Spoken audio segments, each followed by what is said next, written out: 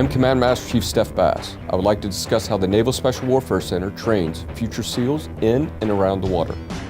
Water competency is a core skill for Navy SEALs, and in this video you'll see some examples of our training curriculum. It does not matter what your swimming proficiency is when you get here, whether you've never seen the ocean or you're an Olympic swimmer.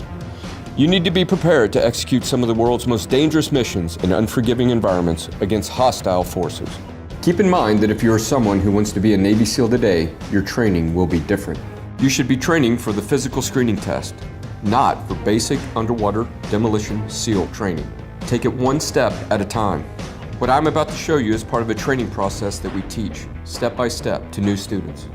You can find out more about the physical screening test and how to train for it on our public website, sealswic.com. Let me begin by explaining how and why we conduct this training. Outline our approach to safety and professional standards. There are three main points I want you to remember from this video. We take a progressive approach to water competency. We build up the student confidence and comfort in the water as training increases in complexity. It's a carefully planned crawl, walk, run curriculum. Every evolution features safety protocols, including experienced supervision, medical response, and an appropriate instructor-to-student ratio. If you want to be a SEAL someday, you should not be conducting any risky training on your own.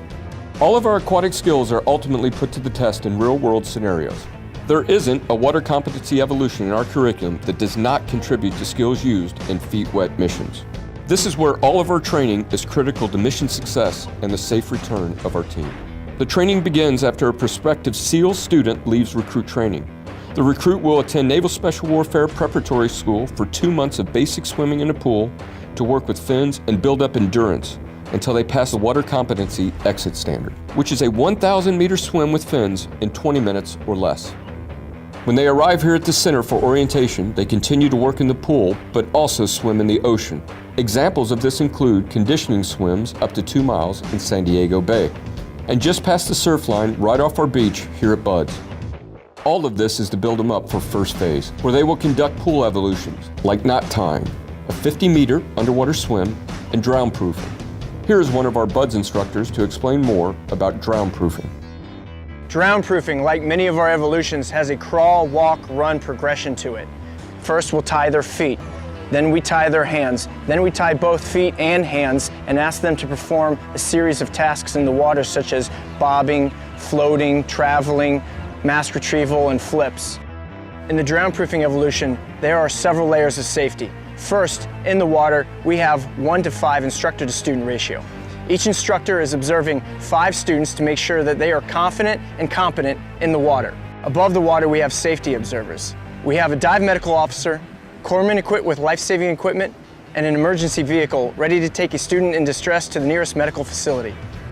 Evolutions, such as drown proofing, have very real-world applications in many levels. The most obvious is if you find yourself in a real-world mission and you're tied up in line, bound up in equipment or kelp, it gives you the confidence to know that you've been in a situation like that before and you can resolve it and come home alive. Our training methods are developed over decades of lessons learned and best practices. Operational risk management procedures are briefed and practiced. Students are empowered to call for a training timeout if needed to address any safety concerns. Safety is number one. So once again, if you want to be a SEAL someday, you should not conduct risky evolutions. Just focus on passing the physical screening test. No one expects you to swim 50 meters underwater as soon as you arrive. And we certainly do not want you to conduct drown proofing on your own.